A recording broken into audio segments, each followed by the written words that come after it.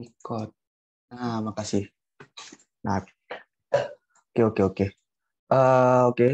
Jadi di ini udah kelihatan ya ini tagnya ini apa semua ini. Ini tagnya semua ini tagnya matematika ya. Tag yang paling aku nggak suka.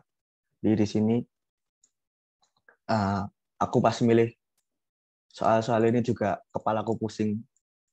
Soalnya aku males ngerjain juga. Soal matematika aku paling nggak suka juga. Ya matematika yang di ini ya maksudnya matematika di CP, Competitive Programming. Paling ngeselin. Oke, nggak apa-apa aku bahas ya soal A sampai C. Ini soal A, AC semua ini 7 orang. Pasti soalnya gampang ini. Ya, emang gampang sih harusnya. Oke, aku mulai di sini. Jadi kita pokoknya di soal A ini kan ada A sama B, terus kita disuruh ada dikasih tahu, disuruh nyari tahu GCD A faktorial sama B faktorial kan. Di mana ada constraint-nya di sini minimal A sama B itu kurang dari 12 gitu. Ya, udah. Harusnya nggak usah aku kasih tahu lagi sih solusinya gimana. Udah jelas banget kan. A itu 1 kali 2 kali 3 kali 4 sampai kali N gitu. Terus B itu sampai kali A, sorry. Nah, 1 kali 2 kali 3 kali 4 sampai kali N gitu. Nah, berarti salah sampai kali B. Nah, berarti kan kalau disuruh cari GCD-nya, ya GCD-nya berarti kan yang lebih kecil kan. Nah, kalau misalkan A-nya lebih kecil, berarti A faktorial ini GCD-nya gitu. Tapi kalau misalkan B-nya lebih kecil, B faktorial itu GCD-nya. Udah sih solusinya cuma gitu aja. Harusnya semua solusi yang lain kayak gini sih. Oke, lanjut soal B. Ini tuh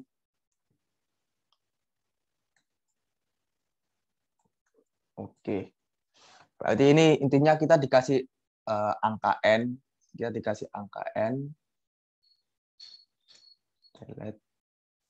kita dikasih angka N, sama dikasih angka K, di mana nanti kita disuruh nyari K bilangan, kita disuruh nyari K bilangan yang enggak satu, ya kan, yang enggak satu kan, ya, yang enggak boleh satu.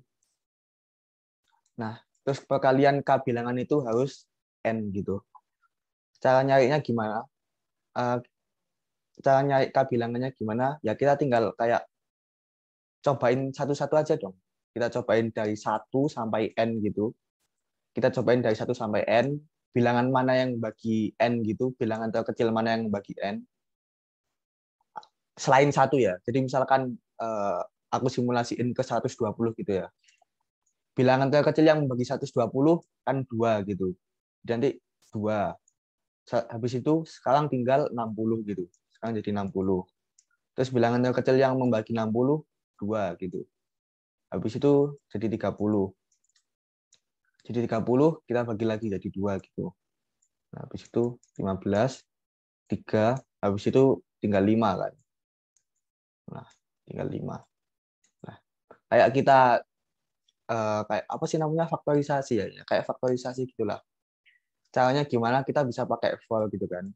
For INTI sama dengan 0, sama dengan 2 gitu. Sampai I kurang dari sama dengan N, I plus plus.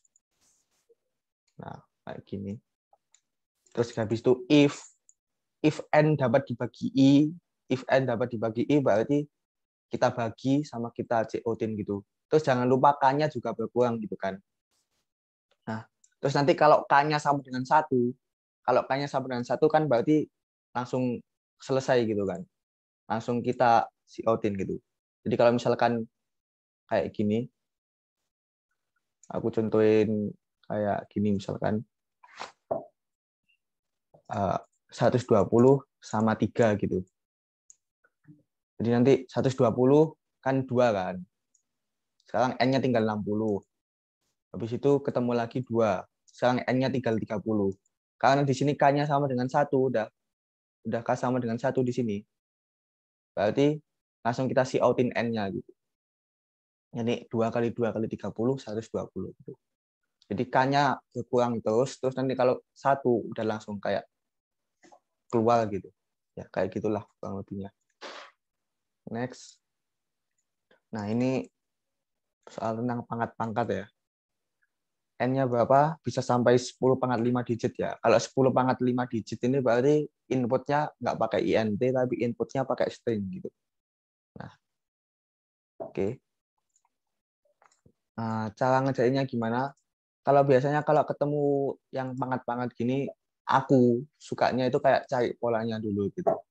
Nah, satu pangkat satu itu kalau di modulo 5, satu modulo 5, salah, balik. Satu pangkat satu modulo 5 itu sama dengan satu. Satu pangkat 2 modulo 5 sama dengan satu. Terus seterusnya kan pasti satu semua kan. Oke, jadi kalau satu pangkat berapapun, kalau di modulo 5 pasti hasilnya satu gitu kan. Terus kalau dua pangkat satu modulo 5, dua pangkat satu itu nanti dua pangkat 2 modulo 5 itu 4, dua pangkat 3 itu 3, dua pangkat 4 itu 1, terus habis itu dua pangkat 5 balik lagi ke 1 kan, balik lagi ke 2 kan dia. Jadi kayak berulang setiap 4 kali. Nah, kalau 3 pangkat 1, 3, 3 pangkat 2, 4, 3 pangkat 3 itu 3 lagi ya, 27 di modul 5 ya 3. 2. Sorry. Habis itu 3 pangkat 4 itu, kalau 3 pangkat 4 itu berarti 1 kan. Nah, habis itu 3 pangkat 5 itu dia balik lagi ke 3 kan. Jadi dia berulang setiap 4 kali juga sama kayak 2 pangkat. Nah, habis itu kalau misalkan 5 pangkat, salah 4 pangkat ya.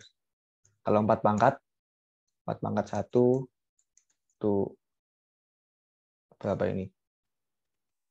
4 pangkat 1 4, 4 pangkat 2 itu 1, 4 pangkat 3 itu ya pokoknya nanti ini 4 pangkat 3 itu berulang setiap 4 kali juga ya. 4 itu berulang 4 kali. 4 pangkat 4 itu 256 1. Oh, setiap 2 kali ini ternyata. Ya, setiap 2 kali ternyata kalau 4 itu. Nah, habis itu ini kan kita udah ketemu semua polanya kan. Berarti kan kita tinggal kayak jumlahin gitu.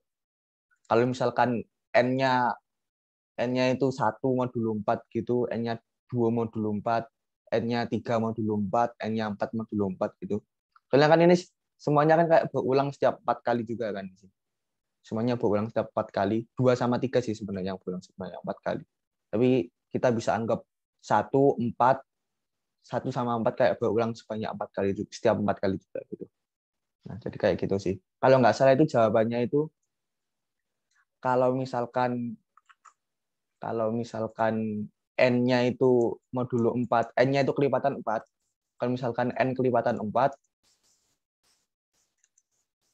itu output-nya itu 4. Tapi kalau misalkan N-nya selain kelipatan 4, LC, itu output-nya itu 0. Statistikku kayak gini. Aku lupa sih. Harusnya kayak gitu. Coba kan. 1 pangkat 1 tambah 2 pangkat 1 tambah 3 pangkat 1 tambah 4 pangkat 1. Ya, harusnya kayak gitu.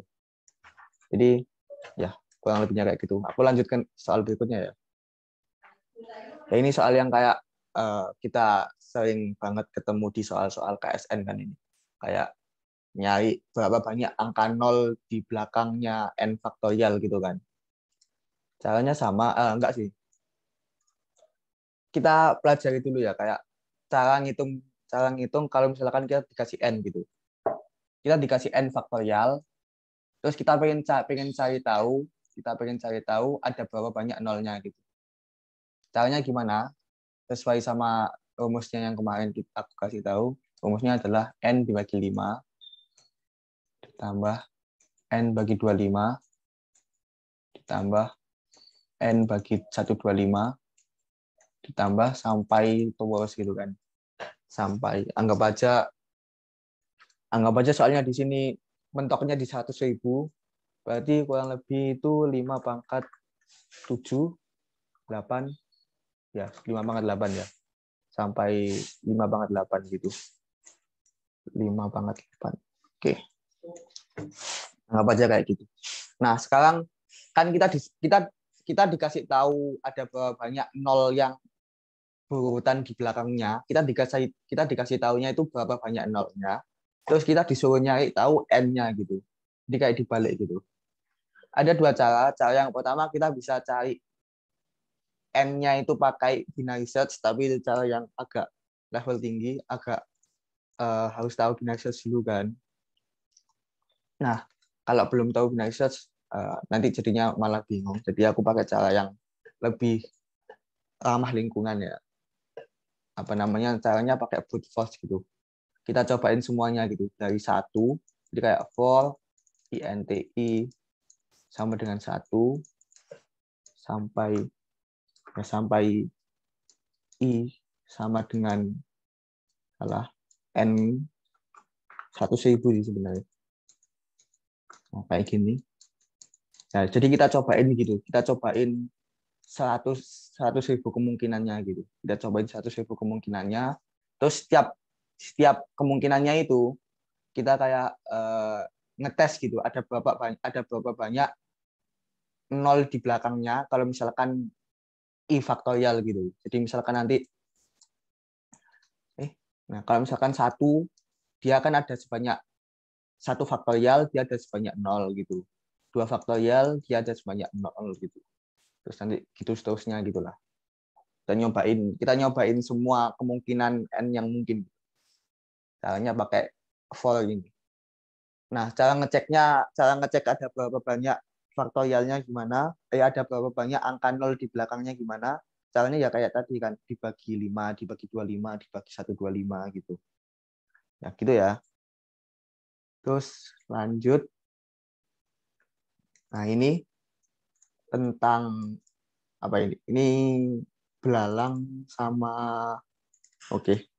Pokoknya intinya ini kan kayak gini kan. Kita punya anggap aja pohon ya ini di sini. Enggak deh, aku gak kasih pohon deh. Aku kasihnya itu kayak gini aja. Kayak garis gitu. Nah, garis-garis ini kayak dinomorin gitu kan. Dinomorin dari 2 sampai n gitu kan. Ini 2, ini 3, ini 4, ini 5, terus sampai di sini n gitu misalkan. Nah, habis itu di situ dikasih tahu juga ada belalang dari 2 sampai P gitu. P-nya ditentuin. P-nya ditentuin. Jadi ada belalang dari 2 sampai P gitu. Anggap aja sampai sini gitu. Ini P. Jadi kayak di sini ada belalangnya semua. Nah, habis itu kita pengen cari tahu lokasi mana kalau di soal kan dikasih tahunya belalangnya bisa lompat ke ini kan. Kalau misalkan belalangnya ada di X, ada belalang di X, maka belalangnya bisa lompat ke 2X, 3X, 4X, 5X, sampai seterusnya gitu kan. Selama itu kurang dari sama dengan Y gitu. Soalnya kalau misalkan dia lebih dari Y kan nggak ada kan, dia nggak ada tempat Y-nya sama sekali gitu. Nah, jadi intinya belalangnya itu bisa lompat ke kelipatannya gitu. Sementara belalangnya itu ada dari 2 sampai P. Nah, habis itu kita pengen tahu titik mana yang nggak bisa dijangkau sama belalang gitu kan.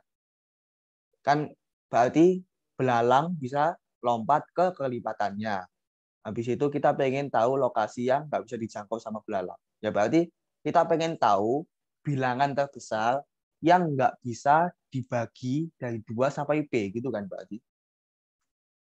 Apa namanya, soal ini kalau misalkan kita kayak ubah jadi yang lebih sederhana. Soal ini pokoknya intinya kita pengen tahu bilangan terbesar yang nggak bisa dibagi bilangan dari 2 sampai P gitu. Nah, caranya gimana? Kita bisa tinggal ini sih, kayak brute force gitu. Salah satu kemungkinannya yang salah satu kemungkinan yang pasti nggak bisa diganggu sama belalang dari 2 sampai P ini apa sih? Nah, salah satu kemungkinan yang nggak bisa diganggu sama belalang dari 2 sampai P itu kayak prima yang lebih besar dari P gitu kan. Prima yang lebih besar dari P. Jadi kalau misalkan ada belalang dari 2 sampai anggap aja 10 gitu kan. Nah, 11, 13, 17, 19, dan seterusnya. Pokoknya prima-prima ini pasti kan nggak mungkin habis dibagi sama 2 sampai 10 kan. Ya, namanya aja prima gitu.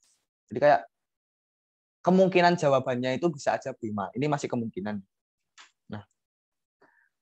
Nah, berarti kan kayak pasti ada jawaban gitu kan. Soalnya kan bilangan prima yang belum pasti sih sebenarnya. Cuman kan ya kayak hampir selalu ada jawaban gitu. Kalau misalkan ada prima, berarti ada jawaban gitu. Nah, berarti kita bisa kayak brute force gitu kan dari Y, kita brute force dari Y gitu. Buat delete. Jadi kayak kita brute force gitu. Awalnya kita nyoba Y kan, soalnya kan kita pengen bilangan tertinggi, kita nyoba Y. Kita ngecek apakah Y itu bisa dibagi sama 2 sampai P. 2 sampai P. Kita ngecek apakah Y bisa dibagi 2 sampai P. Nah, kalau nggak bisa, kita lanjut ke Y-1. Kita coba juga gitu. Bisa dibagi 2 sampai P enggak? Kalau nggak bisa, kita coba lagi ke Y sama dengan 2 gitu. Dan seterusnya gitu. Nah, ini itu kenapa kok ini itu memenuhi? Soalnya kan tadi udah aku jelasin kan, pasti ada solusi gitu, kayak seenggaknya prima gitu. Nah, sampai nanti kita coba sampai P+1 gitu. Kita coba sampai P+1 gitu. Kalau misalkan dari Y sampai P+1 ini nggak ada yang memenuhi, ya udah berarti nggak ada yang memenuhi. Tapi kurang lebihnya kayak nggak mungkin kita ngetes lebih dari 1 juta kali gitu, nggak mungkin. Soalnya kan selisih antara bilangan prima itu kayak nggak sampai 1.000 kan, paling mentok-mentok paling ratusan gitu, nggak sampai 1.000 gitu nggak. Jadi kalau kita nyobain satu-satu dari Y sampai P+1 itu pasti nggak TLE gitu. Ya pokoknya ininya kayak gitu ya. Kita nyobain dari Y sampai P+1, kita coba dibagi 2 sampai P gitu. Kalau misalkan di Y sama Y-2 ini, Y-2 ini nggak bisa dibagi sama 2 sampai P, ya berarti Y-2 ini jawabannya. Udah. Nah gitu ya kurang lebihnya. Ada pertanyaan nggak sampai sini? Belum ada pertanyaan ya? Nah, kalau belum ada pertanyaan, aku lanjut ya. Nah ini tentang, nah pokoknya ini soal ini kan kayak gini kan. Nah ini intinya di sini. Output satu bilangan yang menyatakan berapa banyak bilangan dari 1 sampai N yang tidak dapat dibagi 2 sampai 10. Nah, jadi misalkan di sini ya. Misalkan N-nya di sini contohnya N-nya 10, N-nya 12 ya di sini. N-nya 12 yang nggak bisa dibagi sama 2 sampai 10 itu kayaknya itu adalah berapa? 11 sama 1 kan berarti. Ya 1 sama 11. Ya 1 sama 11 di sini. Kayak gitu. 1 sama 11. Ini soalnya gampang, tapi apakah pengerjaannya gampang? Kita disuruh nyari ada berapa banyak bilangan dari 1 sampai N yang nggak bisa dibagi bilangan dari 2 sampai 10 gitu kan. Terus kemudian constraint-nya itu 1 sampai 10 pangkat 18 gitu. Nah, kayak gini gimana? Kan kalau misalkan kayak gitu kan berarti kayak gini kan. Nggak boleh dibagi 2, nggak boleh dibagi 3, nggak boleh dibagi 4, nggak boleh dibagi 5, nggak boleh dibagi 6, nggak boleh dibagi 7, nggak boleh dibagi 8, nggak boleh dibagi 9, dan nggak boleh dibagi 10 gitu. Oke, aku tanyain dulu ya. Di sini bilangnya nggak boleh dibagi 10. Tapi di sini udah bilang nggak boleh dibagi 5 gitu. Kan semua bilangan yang dibagi 10, yang habis dibagi 10, kan pasti habis dibagi 5 juga kan. Jadi kayak pernyataan ini bisa aku ignore gitu. Pernyataan habis dibagi 10 bisa aku kayak abaikan gitu. Terus sama juga kayak pernyataan habis dibagi 9. Semua bilangan yang habis dibagi 9 pasti habis dibagi 3 juga kan. Jadi kayak pernyataan ini pun juga aku bisa ignore gitu. Pernyataan ini bisa aku ignore. Terus aku langsung sebutin semua pernyataan yang aku bisa ignore ya. 8 selalu habis dibagi 2. 6 selalu habis dibagi 2 atau 3. Terus habis itu 4 selalu habis dibagi 2 gitu. Jadi pernyataan yang syarat yang perlu kita ketahui sekarang tinggal ada 4 gitu. Habis dibagi 2, habis dibagi 3, habis dibagi 5, sama habis dibagi 7. Sekarang tinggal ini aja. Nah, kalau tinggal gini kan kita tinggal bisa langsung pakai prinsip inklusi eksklusi gitu kan. Ingat nggak? Kalau misalkan ada soal kayak gini, berapa banyak bilangan dari 1 sampai 1000 yang nggak habis dibagi 2 atau 3 gitu kan. Ngerjainnya pakai apa? Ngerjainnya kan biasanya pakai prinsip inklusi eksklusi gitu kan. 1000 dibagi 2 ditambah 1000 bagi 3. Jadi kayak ya prinsip inklusi eksklusi ya. Kayak ya kayak gitulah. Jadi kalau di sini jawabannya itu apa? Kalau di sini jawabannya itu apa? Jawabannya adalah dulu ya. Jawabannya itu adalah n. Wait. N ya benar n. Sini n dikurangi n dibagi 2. Ini pakai floor semua ya. Aku nggak usah tulis floornya ya. Anggap aja semuanya udah pakai floor gitu. Habis itu ditambah n bagi 3, ditambah n bagi 5, ditambah n bagi 7, habis itu dikurangin n bagi 6, dikurangin n bagi 15, dikurangin n bagi 14, salah, cepetan. N bagi 10, N bagi 14, N bagi 15, N dibagi 21. Ya pokoknya dicobain semuanya gitu kan. Dicobain semuanya. Gitu. Itu N dibagi 35. Harusnya kayak gini ya, aku lupa.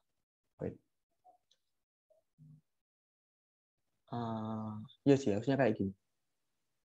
N dibagi 35, habis itu yang 3 angka,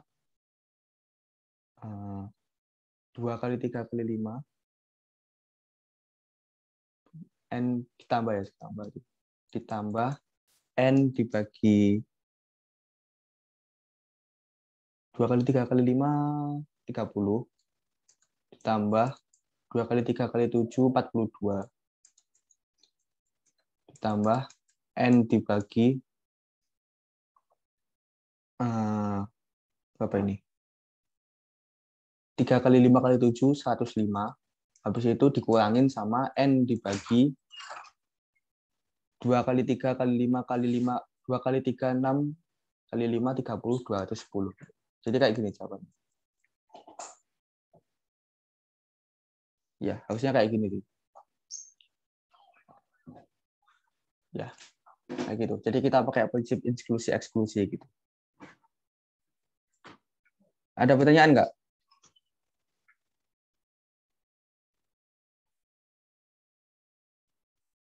Nggak ada pertanyaan ya? Ada pertanyaan, apa lanjut? Soal G. Soal G ya sekarang berarti. Apa?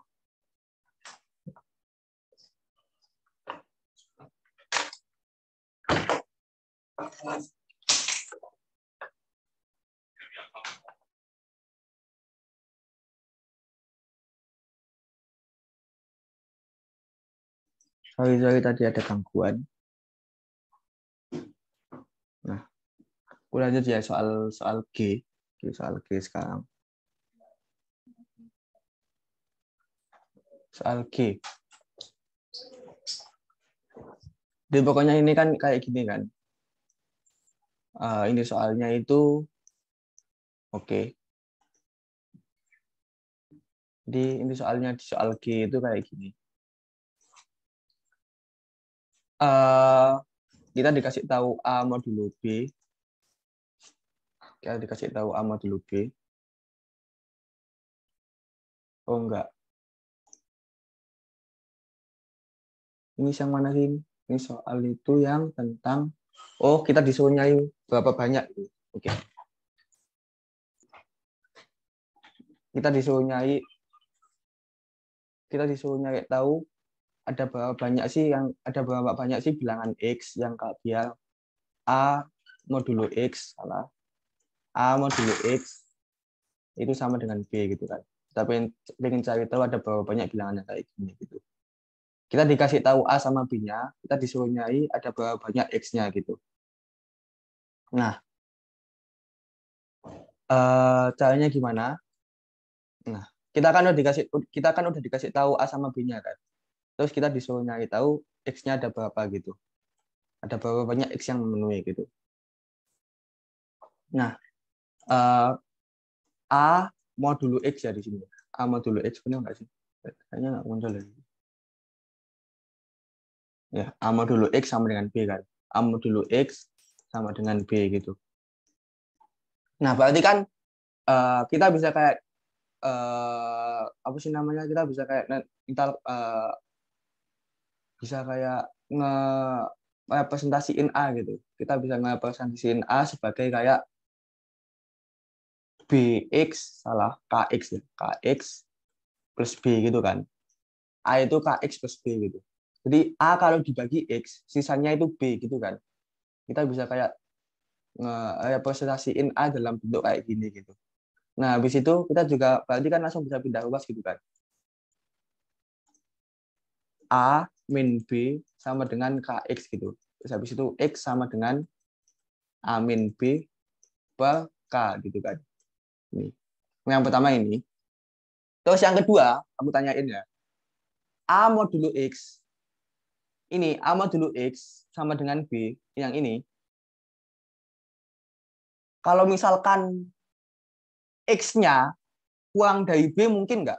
Jadi kalau misalkan A modulo 5 sama dengan 10 gini. Ini mungkin nggak kayak gini? Kayak gini. Ini nggak mungkin kan kayak gini itu. Soalnya kan ini X-nya itu harus lebih besar dari B ya. Nggak, X lebih besar dari B. Jadi kalau misalkan kayak tadi, A modulo 5 sama dengan 10, kayak gitu kan nggak mungkin kan. Harus kayak gini. Nah, jadinya kayak gini, dengan dua syarat ini terpenuhi, berarti kan kita kayak udah mengubah soal gitu kan. Kita tinggal mengubah jadi kayak mencari berapa banyak kelipatan uh, kita akan pengen nyari tahu berapa banyak X kan, di mana X itu kayak kayak ini, ya kayak gini. Jadinya kita ingin tahu gampangannya ya, kalau misalkan soal ini disederhanakan, soal ini tinggal berubah sekarang itu berubah jadi kayak cari tahu berapa banyak faktor faktor A min B yang lebih besar dari K gitu. Salah, yang lebih besar dari B gitu.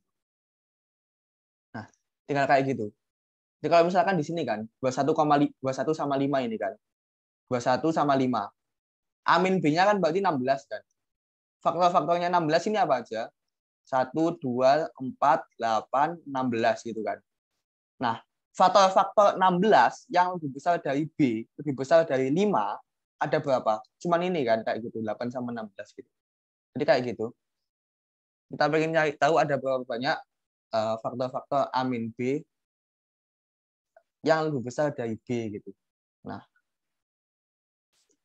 cara nyari tahunya gimana? Ya kita tinggal kayak faktorin aja. Kita tinggal apa sih namanya? Kita tinggal kayak faktorin. Kita tinggal kayak nyobain semua kemungkinannya gitu kan. Kita nyobain semua kemungkinannya dari 1 sampai berapa ini? 10 pangkat 9 ya. Konstannya 10 pangkat 9 berarti akalnya 10 pangkat 9 itu sekitar 32.000 kan. Kita tinggal nyobain dari 1 sampai 32 ribuan gitu.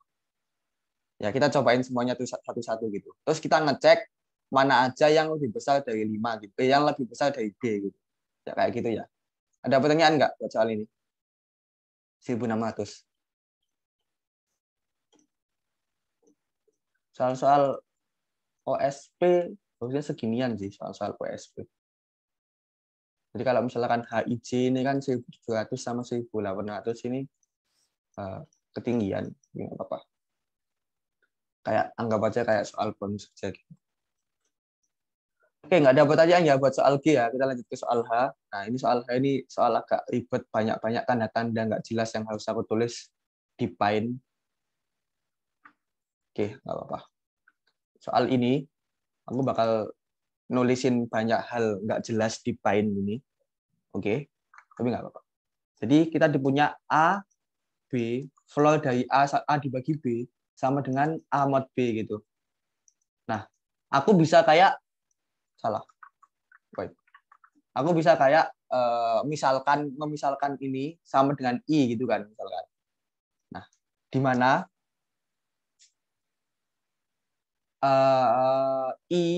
A itu sama dengan kayak gini kan. A itu kalau misalkan direpresentasiin dalam kelipatan B, jadinya kayak gini kan. BI salah kayak gini.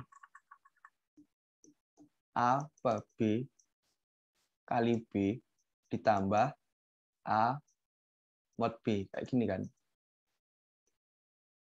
Kayak gini kan. Kalau misalkan kita merepresentasiin gitu. Jadinya kan langsung kelihatan kan kalau ini itu I B ditambah sama I gitu. A itu sama dengan IB ditambah I gitu. Ini yang pertama. Ini yang penting. Terus yang kedua, sama kayak yang tadi gitu. A mod B sama dengan I gitu. A mod B sama dengan I. Ini A mod B sama dengan I. Oke. Mungkin nggak B-nya itu kurang dari I gitu. Kebalik. Mungkin, oh ya benar. Mungkin nggak A mod 5 sama dengan 10 gini. Nggak mungkin kan? Jadinya harusnya B lebih besar dari I gitu kan. Yang pertama ini. Terus yang kedua itu adalah B lebih besar dari I gitu. Ini yang kedua. Terus yang ketiga, ini, yang angka 1 ini, itu kan sama dengan X kan. X sama dengan I plus 1 kali B gitu kan. Ya kan? I plus 1 kali B. Sama dengan X kan, kalau di soal ini. Salah. Ternyata itu A kurang dari X. Aku salah. Sorry, my bad. Nggak bisa dihapus. Jadi A itu kurang dari X. Jadi A itu kurang dari X, ya kan? Jadinya karena A-nya itu IB plus I, berarti kan ini A kurang dari X, kurang dari sama dengan X. Karena A-nya itu IB plus I, berarti dia juga kurang dari X gitu kan. Nah, IB plus I bisa aku kayak faktorin jadi I plus 1 dikalikan B gitu kan. Dia kurang dari X juga gitu. Nah, sekarang aku tanya, B sama I besaran mana? B sama I besaran mana? B sama I itu kan besaran I, kan? Besaran B kan? Ya kan? Berarti kan kita bisa kayak ngesimpulin sesuatu kalau misalkan mana kursorku hilang. Oke.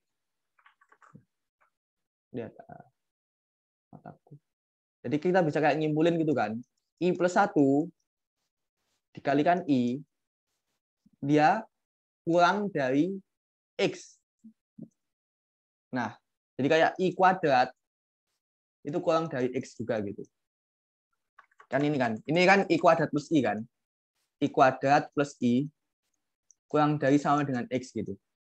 Jadi kan kita bisa kayak nyimpulin juga gitu kan. Kalau misalkan I kuadrat dia itu kurang dari X gitu. Ya kan? Kurang dari sama dengan. Jadi sementara di sini X-nya kita dikasih tahu kan X-nya dikasih tahu dia kurang dari 10/9. Jadi kita bisa kayak ngeiterasi semua kemungkinan I buat nemuin kemungkinan jawabannya gitu. Ya enggak? Jadi nanti I-nya kita bisa ngeiterasi I-nya. Oke. Ya aku hapus semua ini yang enggak jelas ini. Kok zoom? Karena kita udah tahu kalau misalkan tadi I-nya itu kurang dari X kuadrat, kita bisa kayak ngeiterasi I sama dengan 1, I sama dengan 2, sampai I sama dengan anggap aja X kuadrat gitu. Nah, kayak gini. Kita nyoba nyari tahu ada berapa banyak sih B yang mungkin di setiap I gitu. Ya kan? Kita bisa kayak gitu. Di mana B-nya itu lebih besar dari I gitu. Habis itu tadi di soal kan udah dikasih tahu kan, kalau misalkan B-nya kurang dari Y juga. B-nya kurang dari Y gitu. Habis itu apa lagi yang syaratnya? Syaratnya itu adalah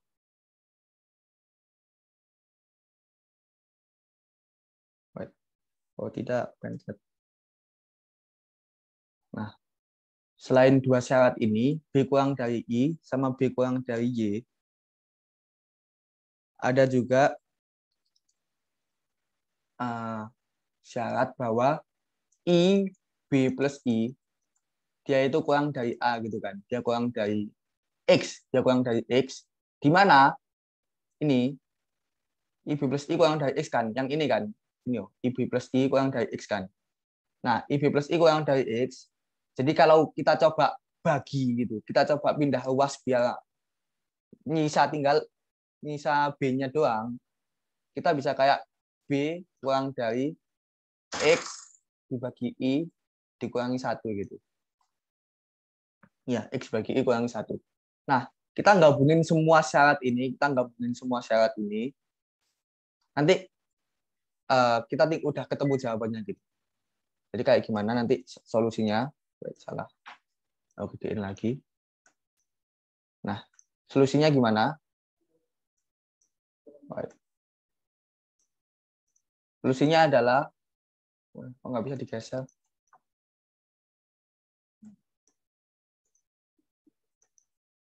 Nah, nice. Jadi solusinya itu adalah kayak ini, karena ada ini, B itu lebih besar dari I, B kurang dari Y, dan B adalah kurang dari sama dengan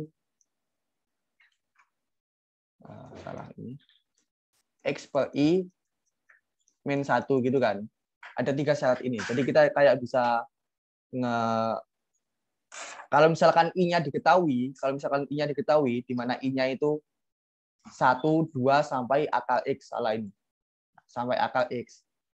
Nanti kita bisa kayak nyari tahu B-nya itu adalah banyak B yang mungkin adalah minimal dari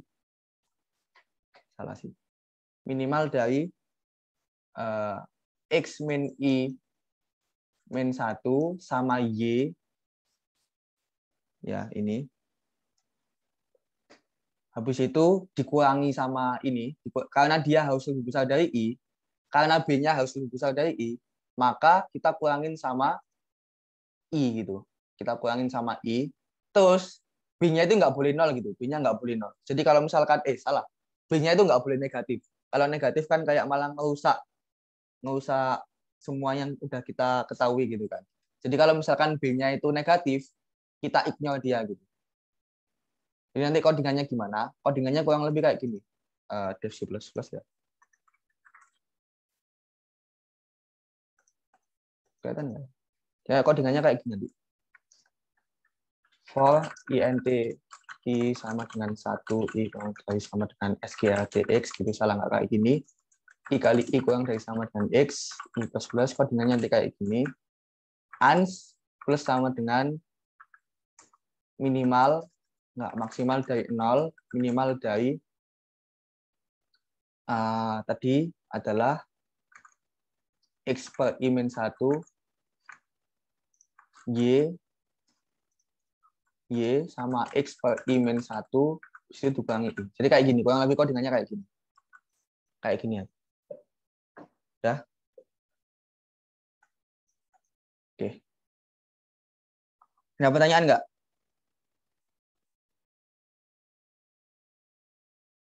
Buat soal H ini, ada pertanyaan nggak?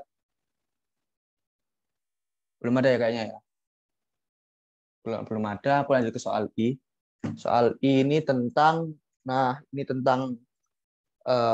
ini agak aneh sih sebenarnya, tapi nggak apa-apa, aku bahas aja. Oke. Ini soal yang agak aneh. Jadi intinya, nggak bisa dihapus.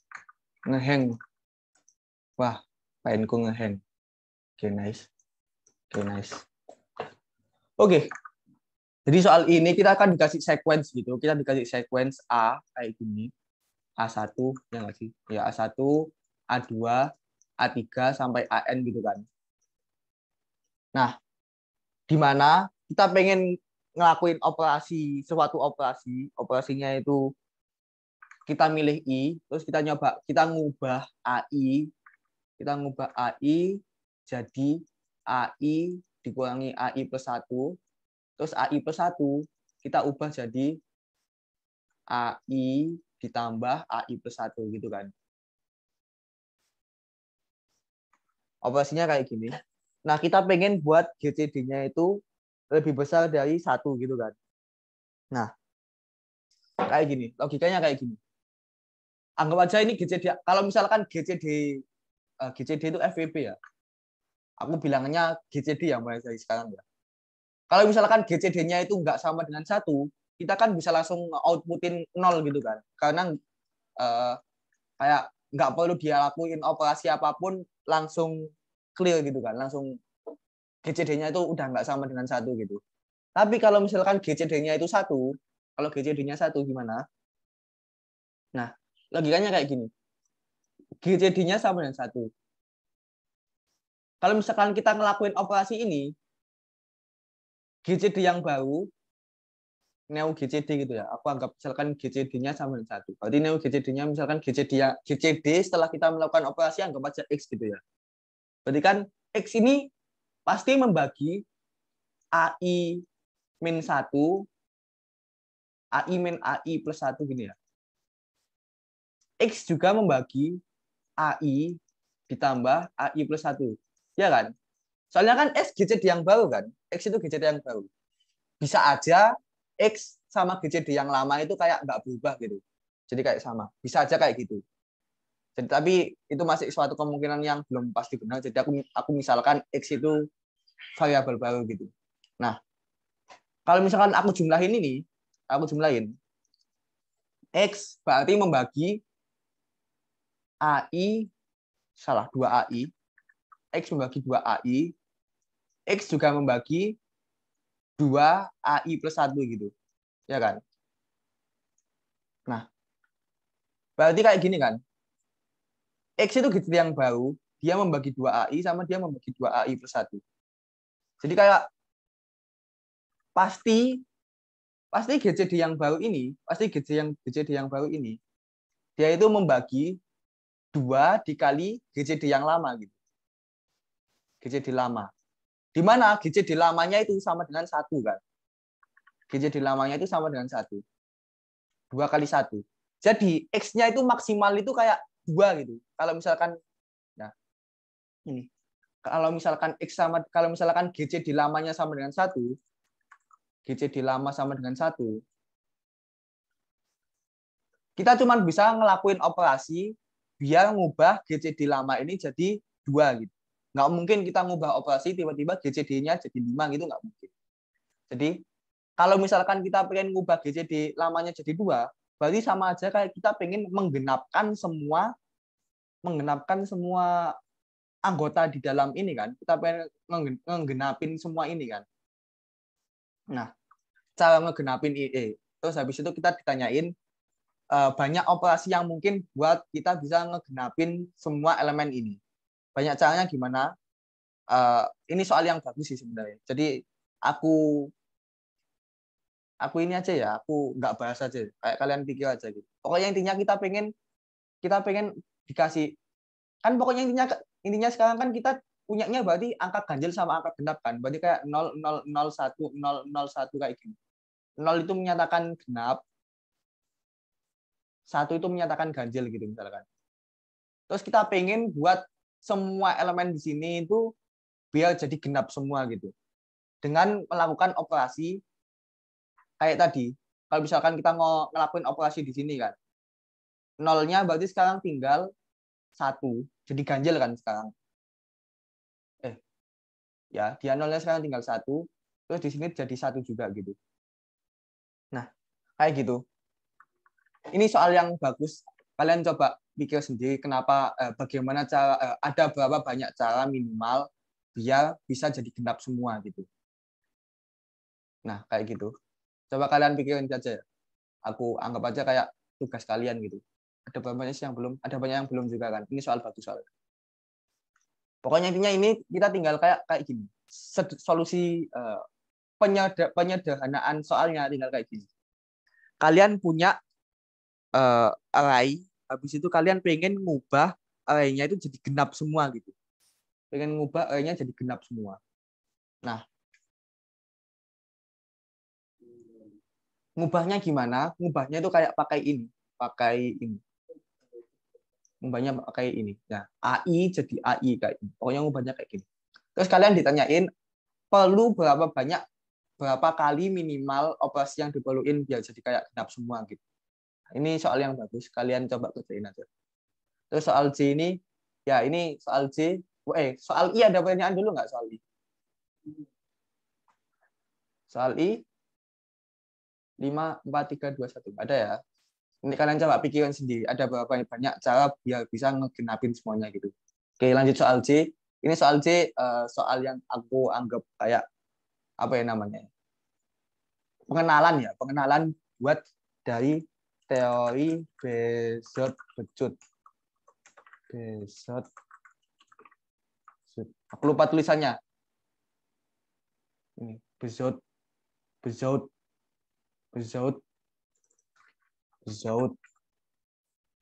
identity. Enggak sih, harusnya bukan ini sih. Oh ya, benar-benar ini. Ya, pokoknya aku lupa namanya jelek banget di sini. Bézard. Nggak jelas banget. Ya, pokoknya ini pengenalan buat ini sih. Teorema identitas Bézard ini pokoknya. Nah, inti dari teorema identitas ini itu kayak gimana? Aku tanyain, aku kayak kasih introduksi dulu ya. Aku kasih introduksi buat ini. Kalau kalian punya ini, 10x ditambah 5y. Ya, 10x ditambah 5y sama dengan sesuatu kan di sini. Sama dengan sesuatu. Anggap aja n gitu, anggap aja k gitu. K. Kalau aku bilang k ini selalu kelipatan 5. Benar apa enggak itu? K ini selalu kelipatan 5. Benar enggak? Benar kan? Soalnya difaktorin aja udah kelihatan kan. 5 dikali 2x plus y gitu kan. Jadi K-nya selalu kelipatan 5. Berarti kalau misalkan K-nya itu bukan kelipatan 5, kalau misalkan K-nya sama dengan 4, ada solusi bilangan bulat nggak? Kalau K-nya itu nggak kelipatan 5, nggak ada solusi bilangan bulat kan? Jadi K-nya itu selalu bilangan kelipatan 5. Terus aku coba contoh yang lain gitu kan. Kalau misalkan kayak gini. 2x plus y sama dengan k. Kalau di sini salah. Ini terlalu cepat. 2x plus 6y ini sama dengan k. K ini pasti kelipatan 2 kan kalau di sini. K ini pasti kelipatan 2. Nah, teori Bézard, aku lupa namanya, anggap aja teori Bézard ini ya, identitas Bézard ini. Dia bilangnya kalau misalkan kalian punya AX plus BY plus CZ plus D apa udah pokoknya anggap aja aku tulisnya di sini 3 aja ya. 3 ini sama dengan K. Pasti K ini adalah kelipatan dari K itu kelipatan dari GCD A B C gitu. K itu pasti kelipatan dari GCD A B C. Ini kalau misalkan 3 digit. Kalau misalkan 3 digit kayak gini. Kalau misalkan 2 digit ya berarti kelipatan dari GCD A sama B gitu. Jadi kalau misalkan ada kayak gini 5x plus 7y sama dengan K. Pasti itu K itu kelipatan 1. Ya soalnya kan GCD 5 sama 7 itu 1 gitu kan. Ya itu emang nggak jelas sih. K itu pasti kelipatan 1 ya. Emang semua bilangan itu kelipatan 1 kok. Tapi pokoknya kayak gitu. Nah, apa hubungannya sama di sini? Hubungannya apa? Di sini kan kayak gini kan. Pokoknya intinya di sini kayak gini. Intinya di soal itu kayak gini. Kalian punya uangnya itu anggap aja di sini apa ini? A1, A2, A3, A1, A2, A3. Kalian punya keping uangnya kayak gini. A4 sampai seterusnya. A4. Ini dalam base 10 ya, dalam basis 10 dalam basis 10. Nah, A1, A2, A3, A4 ini dalam basis 10. Terus kalian disuruh nyari tahu kayak apa ya namanya ya? Ini. Angka pertama apa aja kalian disuruh nyari tahu apa aja digit terakhir yang mungkin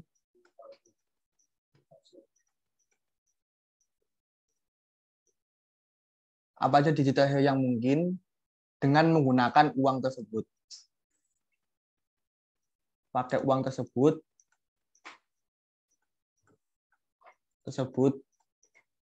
tapi dalam basis K gitu. Ini di sini kita pakainya basis K. Ini yang bikin susahnya di sini, yang bikin susah basis K. Nah, basis K itu kayak gimana sih? Aku ini sebenarnya nggak susah sih, kayak gini aja. Basis K yang kita perhatiin di sini kan cuma digit terakhirnya kan. Aku tanya dulu. Kalau misalkan ada bilangan kayak gini. 19. Ini kan dia dalam basis 10 kan. 19 ini dalam basis 10. Digit terakhirnya itu 9. Berarti kan 19 kalau di modulo 10 itu sama dengan 9 gitu. Kayak digit terakhirnya ini. Digit terakhirnya itu adalah kayak modulonya gitu. Dia itu kayak modulo sama 10-nya gitu. Kalau misalkan basis 2 1 itu berapa sih? 3 ya? Dalam basis enggak 1 0 1 gitu. 1 0 1 itu berapa? 1 tambah 4 5. 5 kalau di modulo 2 itu kan sama dengan 5 modulo 2 itu sama dengan 1. Nah, 1 itu di sininya gitu. Ini. Ya kan? Kalau kalian ngubah desimal jadi apa namanya? Ngubah desimal jadi apa sih namanya ini? Biner ya. Ngubah desimal jadi biner kan kalian pakai modulo-modulo juga kan. Nah, digit terakhirnya itu sama aja kayak ini. Jadi aku sekarang nggak ini. Ini semua ini dalam soal ini kayak gini. Aku sederhanain biar kalian lebih paham. Soalnya di sini mereka pakai basis-basis yang nggak jelas. Aku ganti jadi dalam modulo X gitu. Dalam modulo X gitu. Modulo K, sorry. Tapi dalam modulo K. Jadi maksudnya dalam modulo K itu kayak gimana? Anggap aja kayak gini deh. Anggap aja kayak gini. Di soal aja ya, di soal. Ini 12 sama 20 ya. 12 sama 20. Berarti dia ngomongnya berarti ke 12K 12X ditambah 20Y modulo ini semua di modulo 8. Nah, modulo 8. Ada berapa banyak sih kemungkinan K gitu? 12X plus 20Y modulo 8 sama dengan K. Ada berapa banyak kemungkinan K yang mungkin? Pakai rumus besot-besot yang tadi, semua yang 12K sama 20, 12K sama 20 ini kan pasti kelipatan 4 kan di sini. Ya Allah, kegigit. Oke. 12X tambah 20, ini pasti kelipatan 4. Ya kan? Ya nggak sih? 12X tambah 20 ini pasti kelipatan 4. Kelipatan 4. Nah, kelipatan 4, kalau di modulo 8, kemungkinannya apa aja? 0 sama 4 aja kan? Mungkin nggak kelipatan 4 di modulo 8 sama dengan 3? Nggak mungkin kan? Berarti kelipatan 4 kalau di modulo 8 itu cuman mungkin 0 sama 4 aja gitu. Makanya di sini jawabannya cuma 2, yaitu 0 sama 4 gitu. Dia cuma jawabannya 0 sama 4 gitu. Jadi kurang lebihnya kayak gitu. Kalian disuruh nyari tahu berapa banyak digit terakhir yang mungkin pakai uang-uang tersebut, tapi dalam modulo K. Pakainya apa? Buat nyelesainnya pakai rumus Bézot tadi. Enggak sih, bukan rumus itu, identitas ya. Nah, identitasnya gimana? Ini sebenarnya soal yang bagus sih buat pengenalan besok, tapi nggak apa-apa lah, aku bahas aja. Di yang tadi ini semua udah paham ya? Aku hapus. Harusnya oke, aku hapus ya. Nah, jadi kan kayak gini kan nanti. Kalian di sini ada input. Nah, input-inputnya ini, kita cari tahu GCD-nya dulu kan. GCD-nya dulu. Kita cari tahu dulu GCD-nya, FBB-nya. Nah, nanti kayak gini kan pasti. Kayak misalkan A1X ditambah A2Y ditambah A3Z ditambah A2W gitu kan, sampai seterusnya gitu kan. Salah ini A4 gitu kan. Pakai rumus bezot tadi itu, ini misalkan sama dengan K gitu kan. Sama dengan jangan K itu kan modulnya ya, sama dengan N gitu misalkan. Nah, N ini pasti kelipatan, N itu kelipatan N adalah kelipatan dari GCD dari A1, A2, A3, A4 sampai AN. Ya Allah, N-nya ada lagi di sini. Jangan N dong berarti kalau gitu. Sama dengan X. X-nya ada di sini itu sama dengan apa? P gitu aja lah, P. P sama dengan 5. Udah lah, anggap aja gitu. Nah, pokoknya P itu kelipatan dari GCD A1, A2, A3, A4 sampai AN gitu. Nah, terus kita pengen tahu ada berapa banyak sih, anggap aja GCD-nya udah nemu ya, anggap aja GCD-nya udah nemu, kita anggap GCD-nya itu G gitu. Nah, kelipatan G kalau di modulo K, nah kelipatan G di modulo K, hasilnya itu ada berapa banyak sih yang mungkin? Aku tanyain. Suatu bilangan kalau di modulo sama K, kemungkinan yang mungkin itu apa? 0, 1, 2, 3, 4 sampai K-1 kan? Ya nggak? Ya dong. Kalau di modulo K, kemungkinannya itu pasti 0, 1, 2, 3 sampai K-1. Jadi kita kalau misalkan kita udah ketemu GCD-nya, kita coba kaliin GCD-nya itu sama 1. GCD-nya kita kaliin 2. GCD-nya kita kaliin 3. GCD-nya kita kaliin seterusnya sampai kita kaliin sama K-1 gitu. Jadi kalau misalkan for, nah kayak gini lah. For INTI sama dengan 1, I kurang dari K, sebenarnya mulai dari G. Gitu. Ini I sama dengan G, kemudian I salah, nggak kayak gini.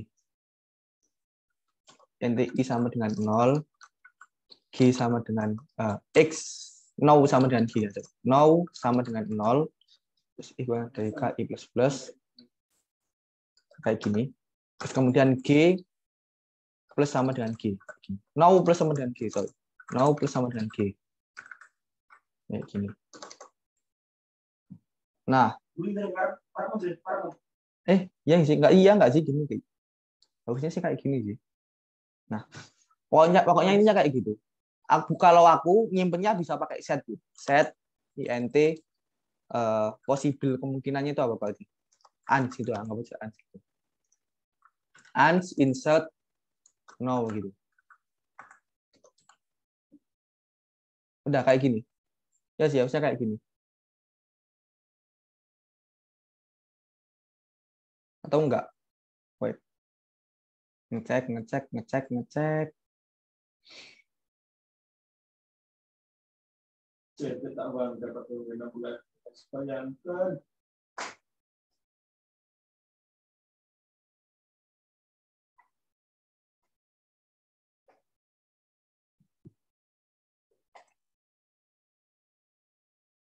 Ya sih, harusnya kayak gini sih. Oh enggak, salah kebalik. Harus di modulo K juga ya. Modulo K ya di sini. Now ya harusnya kayak gini. Oh, bisa ditulis di sini. Kayak gini. Now plus sama dengan G. Nah, jadi ini maksudnya gimana? Kita kayak nyobain semua kelipatan G yang mungkin. Kita nyobain semua kelipatan G yang mungkin. Terus di semua kelipatan G yang mungkin itu, kita cobain kelipatan K-nya yang mungkin. Nah, ini kan modulu K, modulu K ini. Jadi semua modulu K yang mungkin disimpan dalam set an sini. Disimpan dalam sini. Jadi kurang lebih codingannya kayak gini. Cuman gini aja udah. Jadi nanti kayak gini. Kayak cout and size NDL habis itu for auto i and cout i. Nah, kayak gini sih harusnya. Ya, tinggal kayak gini. Terus kalian jangan lupa kayak nge-declare tadi, nge-declare. G adalah GCD gitu. GCD apa? GCD dari A1, A2, A3 sampai AN gitu. Ya, harusnya kayak gini. Buat soal tadi kayak gini. Soal apa sih nanti? Soal C ya? Ya, soal C. Jadi aku ulangin ya. Aku ulangin ya coba buat soal C ini. Kalian nyari tahu dulu GCD-nya itu apa. Terus setelah kalian tahu GCD-nya itu apa, kayak kalian cobain semua kemungkinan, kalian disuruh nyari tahu semua kemungkinan kelipatan G kalau di modul K gitu kan. Ya, itu aja sih, simpelnya kayak gitu. Ini udah ada yang nyoba sih ini. Kalau nggak salah tadi aku lihat punyanya Dava ini, oh ini udah sih. Kapan nih punya? Jam 4.12. Kalian kamu Dav. Ya ini pakai modul-modul juga kan dia. Kita aku lihat dulu. Setting, nah. Yang ngasih cuma Dav. Kamu Dav. Oke. Udah sih. Ada pertanyaan nggak? Kalau nggak ada sih udah selesai berarti. Coba ya, ada pertanyaan nggak? Kalau nggak ada, aku langsung stop recording. Habis itu ngapain? Nggak tahu. Ada extra lesson sekolah. Oke. Mau masuk. Ya.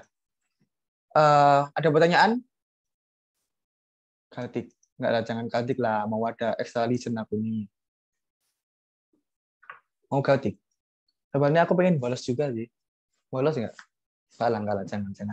Memberikan contoh yang tidak baik.